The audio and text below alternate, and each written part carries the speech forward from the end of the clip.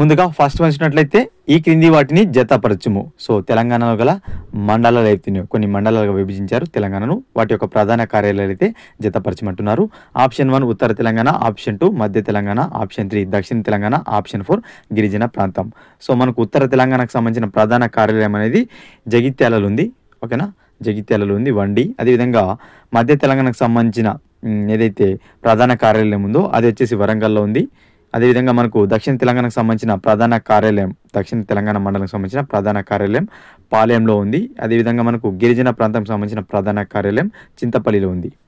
ఓకేనా, next one చూసినట్లయితే ఈ క్రింది వాటిలో సరైన అంశాలను పరిశీలింపుము. సో చూసుకున్నట్లయితే అడ్సాల్ కాలపు చెరుకు పంటని నిజామాబాద్ జిల్లాలో పండిస్తున్నారు. అదేవిధంగా ఆప్షన్ బి చెరుకు పంటకు వచ్చే వ్యాధిని ఎర్రతెగులు అంటారు. ఆప్షన్ సి చెరుకు పంట కాలం 11 నుంచి 12 నెలలు. ఆప్షన్ డి చెరుకు అన్ని కాలాల్లో పండిస్తున్నారు. సో వీటికి సంబంధించిన సరైన అంశాలు చూసినట్లయితే ఏబిసి డి సరికాదనమాట. చెరుకు అనేది అన్ని కాలాల్లో పండించడం లేదు. ఓకేనా, అడ్సాలి కాలపు చెరుకు పంట అనేది నిజామాబాద్ జిల్లాలో పండిస్తున్నారు. చెరుకుకు వచ్చే వ్యాధిని ఎర్రతెగులు అంటారు. చెరుకు పంట పండే కాలం అనేది 11 నుంచి 12 నెలలు. ఓకేనా, so option 3 is the right answer. A B C సరైనవి. నెక్స్ట్ వన్ చూసినట్లయితే ఈ క్రింది వాటిని జతపరచము. సో పంటలు అత్యధికంగా ఉత్పత్తి కలిగిన జిల్లాలు అయితే మనకు జతపరచమంటున్నాడు. సో చూసినట్లయితే ఆప్షన్ 1 చెరకు, ఆప్షన్ 2 పత్తి, ఆప్షన్ 3 వరి, ఆప్షన్ 4 పొగాకు. సో వీటిలో మనకు జతపరిచినట్లయితే చెరుకు అనేది మనకు ప్రధానంగా చూసుకున్నట్లయితే మెదక్లు అయితే పండిస్తున్నారు. అదేవిధంగా మనకు పత్తి వచ్చేసి మనకు ఆదిలాబాద్లో, అదేవిధంగా వరి వచ్చేసి కరీంనగర్లో అత్యధికంగా పండిస్తుంటే పొగాకు వచ్చేసి మనం చూసినట్లయితే ఖమ్మంలో అత్యధికంగా పండిస్తున్నారు. సో ఫేమస్ జిల్లాలుగా అయితే ఉన్నాయి. ఓకేనా, చెరుకుకు వచ్చేసి మెదక్ కాగా, పత్తికి వచ్చేసి ఆదిలాబాద్, అదేవిధంగా వరికి వచ్చేసి కరీంనగర్ కాగా, పొగాకు వచ్చేసి ఖమ్మం అనేది ఉత్పత్తిలో ప్రధానంగా ముందంజలో ఉన్నాయి ఈ జిల్లాలు.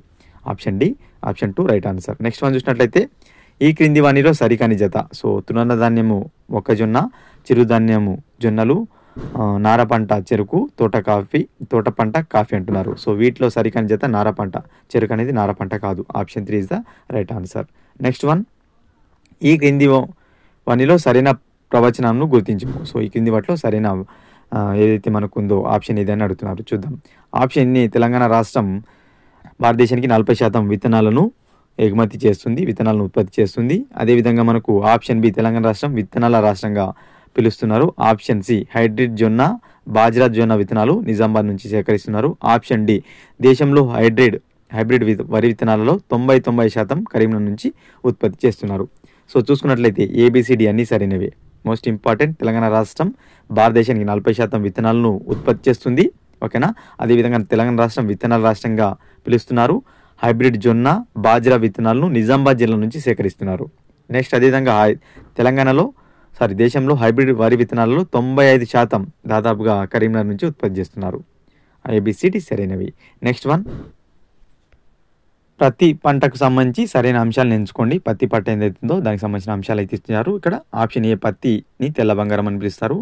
ఆప్షన్ బి పత్తి పంట నల్లరేగడి నీళ్లకు అనుకూలమైంది. ఆప్షన్ సి పత్తి ఉత్పత్తిలో ప్రధాన జిల్లా ఆదిలాబాద్గా ఉంది. పత్తి పండించడానికి ఉష్ణోగ్రత 20 డిగ్రీల నుండి 32 డిగ్రీల సెల్సియస్ అనేది అవసరం అని అడుగుతున్నారు. సో ఏబిసిడి అన్నీ కూడా సరైనవే. ఓకేనా, పత్తి పంటకు సంబంధించిన అంశాలు కూడా అన్నీ కూడా సరైనవే. నెక్స్ట్ వన్ దేశంలో పశు సంపదలో తెలంగాణ రాష్ట్రం యొక్క స్థానాలను అయితే గుర్తించండి. సో వివిధ ఏవైతే మనకు కోళ్ళ పెంపకం కానీ, గొర్రెల పెంపకం కానీ, పాల ఉత్పత్తిలో కానీ, మాంసం ఉత్పత్తిలో తెలంగాణ ఏ స్థానంలో ఉందని జతపరచమంటున్నాడు. చూద్దాం. సో మనకు గొర్రెల ఉత్పత్తిలో చూసుకున్నట్లయితే మనకు 1వ స్థానంలో ఉంది.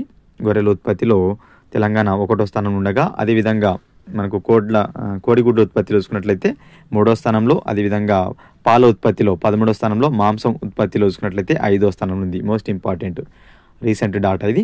ఓకేనా, గొర్రెల పెంపకంలో 1వ స్థానంలో, కోడిగుడ్ల ఉత్పత్తిలో 13వ స్థానంలో, పాల ఉత్పత్తిలో చూసుకున్నట్లయితే మనకు వచ్చేసి 13వ స్థానంలో, మాంసం ఉత్పత్తిలో 5వ స్థానంలో అయితే కలదు తెలంగాణ. నెక్స్ట్ అదేవిధంగా చూసుకున్నట్లయితే చేనేత మిత్ర పథకాన్ని ఎప్పుడు ప్రారంభించారు? చేనేత మిత్ర పథకాన్ని May 20, 2017 అయితే ప్రారంభించడం జరిగింది. నెక్స్ట్ వన్ తెలంగాణ రాష్ట్రంలో లభించే ముఖ్యమైన పట్టు ఏది? సో మోస్ట్ ఇంపార్టెంట్, తెలంగాణ రాష్ట్రంలో లభించే ముఖ్యమైన పట్టు ఏది? ఆప్షన్ ఏ టస్సార్ పట్టు, ఆప్షన్ బి మలబారి పట్టు, ఆప్షన్ సి ఇరి పట్టు, ఆప్షన్ డి ముంగ పట్టు. సో తెలంగాణ రాష్ట్రంలో లభించే ముఖ్యమైన పట్టు టస్సార్ పట్టు, మల్బరీ పట్టు, ఇరి పట్టు. ముంగా పట్టు అనేది లభించదు. ఓకేనా, option 3 is the right answer. Next one అంశాలను ఎంచుకోండి. సో జొన్న పంట ఏదైతుందో దానికి సంబంధించిన అంశాలను ఎంచుకోమంటున్నాడు. హైబ్రిడ్ జొన్న విత్తనాలను నిజామాబాద్ నుంచి సేకరిస్తున్నారు. ఆప్షన్ బి జొన్న పంట ఎర్ర నల్లరేగడి ఇసుక నేలలో పండిస్తున్నారు. ఆప్షన్ బి జొన్న పంట ఉత్పత్తిలో మహబూబ్నగర్ జిల్లా టాప్లో ఉంది. ఆప్షన్ డి జొన్న పంట రాష్ట్రంలో 2వ ప్రధాన పంటగా ఉన్నది. సో మనకు చూసుకున్నట్లయితే ఏబిసిడి అన్నీ కూడా సరైనవే. హైబ్రిడ్ జొన్న విత్తనాలను నిజామాబాద్ జిల్లా నుంచి సేకరిస్తున్నారు. జొన్న పంట అనేది ఎర్ర నల్లరేగడి ఇసుక నేలలో పండుతుంది. జొన్న పంట ఉత్పత్తిలో మహబూబ్నగర్ జిల్లా టాప్ జిల్లాగా ఉంది, అత్యధికంగా ఉత్పత్తి చేసే జిల్లాగా ఉంది. జొన్న పంట రాష్ట్రంలో 2వ ప్రధాన పంటగా ఉన్నది. సరైనవే, ఏబిసిడి అన్నీ కూడా సరైనవే. నెక్స్ట్ వన్,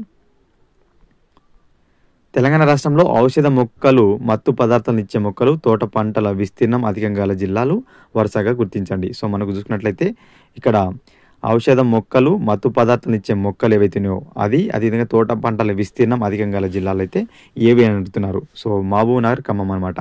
ఓకేనా, ఔషధ మొక్కలు అత్యధికంగా పండించే జిల్లా మహబూబ్నగర్, అదేవిధంగా తోట పంటల విస్తీర్ణం అధికంగా గల జిల్లా ఖమ్మం. నెక్స్ట్ వన్ చూసినట్లయితే ఈ క్రింది వాటిలో సరైన అంశాలను గుర్తించండి అంటున్నాడు. చూద్దాం.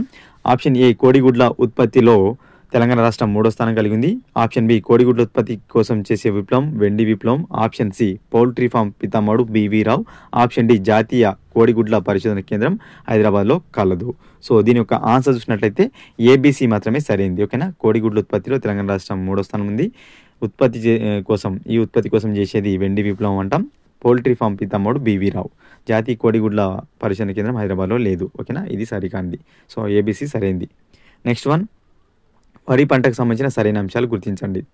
సో తెలంగాణ రాష్ట్రంలో ఎక్కువగా సాగు చేస్తున్న రకము సోనా వరి రకం అనమాట. Option A. ఆప్షన్ బి చూసుకున్నట్లయితే మనకు తెలంగాణ వరి పరిశోధన కేంద్రం జగిత్యాల జిల్లాలోని పులాసలో ఉంది. ఆప్షన్ సి సోనా వరికి జాతీయ స్థాయిలో గుర్తింపు లభించింది. ఆప్షన్ డి సోనా వరి అధిక దిగుబడి సామర్థ్యం కలిగి ఉన్నది. సో వీటన్నిటిలో ఆన్సర్ వచ్చేసి మనకు ఏబిసిడి అన్నీ కూడా సరైనవే. ఓకేనా,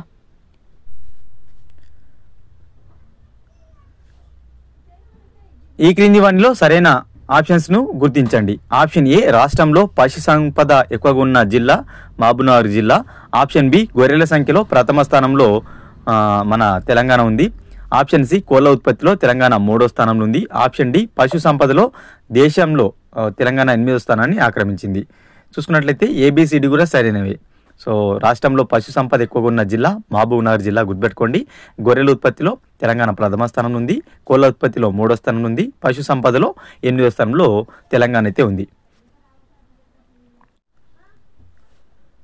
వరంగల్ జిల్లాలో ఏ రకమైన పత్తిని అధికంగా ఉత్పత్తి చేస్తున్నారు? ఆప్షన్ 1 పొడుగు గింజ పత్తి. ఆప్షన్ 2 చపాటి రకపు పత్తి. ఆప్షన్ 3 సముద్ర పత్తి గింజ.